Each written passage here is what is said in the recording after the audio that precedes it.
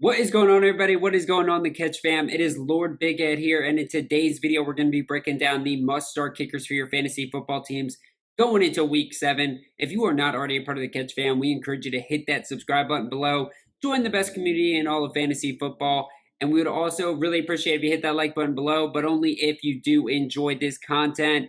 And guys, make sure to get in those comments below and let me know what questions you have at quarterback, running back, wide receiver, tight end, kicker, or defense ahead of this weekend slate of games so we can give you some advice to crush your opponents. But with all that said, let's get into it. Let's get into the must-start kickers. Up at number 1, we're talking about an absolute darling last week. We're talking about Dustin Hopkins, guys. All right, let me tell you something about Dustin Hopkins. He loves crushing opponents, guys. One thing that's going to be a similar trend this week is we had the Cleveland Browns as the number 1 must-start, guys, and the Cleveland Browns kicker is going to follow suit with that, guys. Dustin Hopkins, 16 fantasy points last week against the San Francisco 49ers. He's now going up against the Indianapolis Colts. He is going to shred them, all right? They are a juicy matchup for the kickers, and the Browns should have a good feasting against my boys in blue. I think they're going to do fantastic.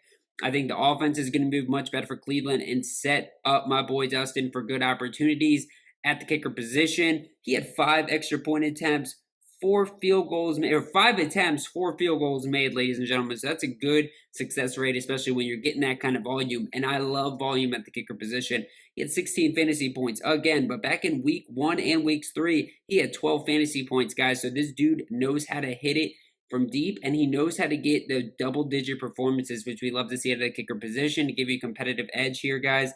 He is currently number 11 on the season, but I think after this week, he's going to be a hot commodity in people's eyes because he currently is pretty low rostered, under 10% rostered right now. So I expect him to be widely available, and I would go target him in a hurry. Up next, we're talking about Geno Smith's best friend, and I'm not talking about DK Metcalf or Tyler Lockett. Definitely not Jackson Smith and Jigba. I'm talking about Jason Myers, ladies and gentlemen, the best kicker since of Adam Vinatieri. I mean, it doesn't matter. This guy's an absolute beast. Listen, guys, he had 9 fantasy points last week. His biggest performance, though, 18 fantasy points against the Carolina Panthers. And who does he get on deck? Oh, well, he gets the Arizona Cardinals, who are an absolute just glory to play against for kickers, guys. We love juicy matchups, and we love juicy matchups for kickers. I think this is a game where the Seattle Seahawks offense is going to be able to move it pretty easily. I think all these receivers definitely going to have their opportunities. Maybe not Jackson Smith because they just don't know how to use the guy. But I think even Kenneth Walker and Charbonnet, they're going to get some good opportunities out of the ground game. This is going to be a fun game to watch. Kyler Murray obviously expected to come back soon. But for right now, we're going to get a good Dobbs matchup against Geno Smith, which is going to spark some offense, I think. And I think we're going to see Jason Myers for the Seattle Seahawks have a lot of opportunities, guys. Last week, only 2 opportunities for the field goals, and he still got 9 fantasy points. So very solid. Is not going to kill you there.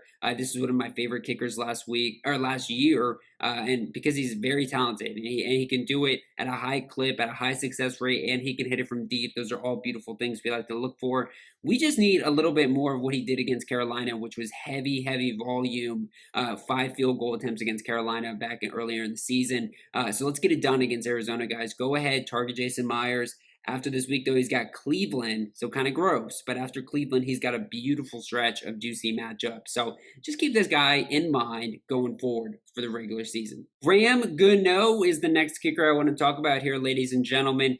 Graham Gano has unfortunately been dragged through the mud with this disappointing New York Giants team. It's been kind of sad, honestly. But you know what? I think things are starting to tick up. I don't have a lot to stand on with that, but I do think the Giants' game plan and the way they played, the ferocity with they played, the aggressive they played, against the Buffalo Bills, it was exciting to watch. It was inspiring because they've been absolutely miserable to watch this whole season. Danny Dimes should be back. I would expect him to be back, but if not, Tyrod Taylor obviously supported my man Graham Gano last week against the Buffalo Bills.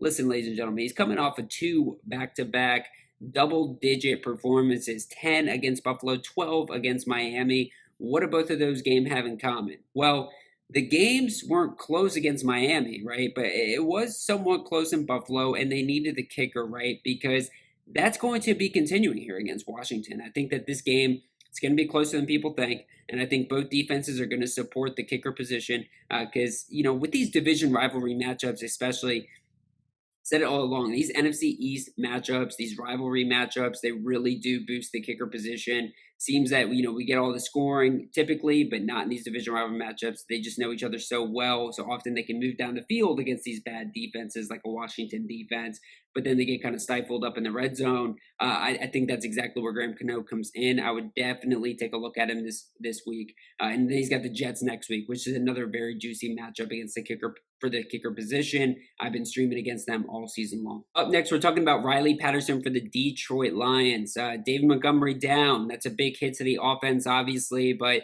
maybe we'll see a little bit more to Jahmyr Gibbs. We got some other running backs like Craig Reynolds to do some work, and we got Amon-Ra St. Brown and Laporta, right? So I think this offense continues to hum, guys, and they're going against the Baltimore Ravens. Juicy matchup for the kicker position, actually. I think a lot of people maybe think, oh, don't stream against Baltimore, but it's actually pretty juicy. So I like this game for my man, Riley Patterson. He's not really had any absolutely exciting games. His best game was 10 points against Green Bay earlier in the season. But I think that this is going to be a really good recipe for success for him, because when I look at this game, I think it's going to be close. And I think that both offenses aren't going to maybe do as well as they have this year. I mean, Baltimore's not been fantastic, but Detroit certainly has.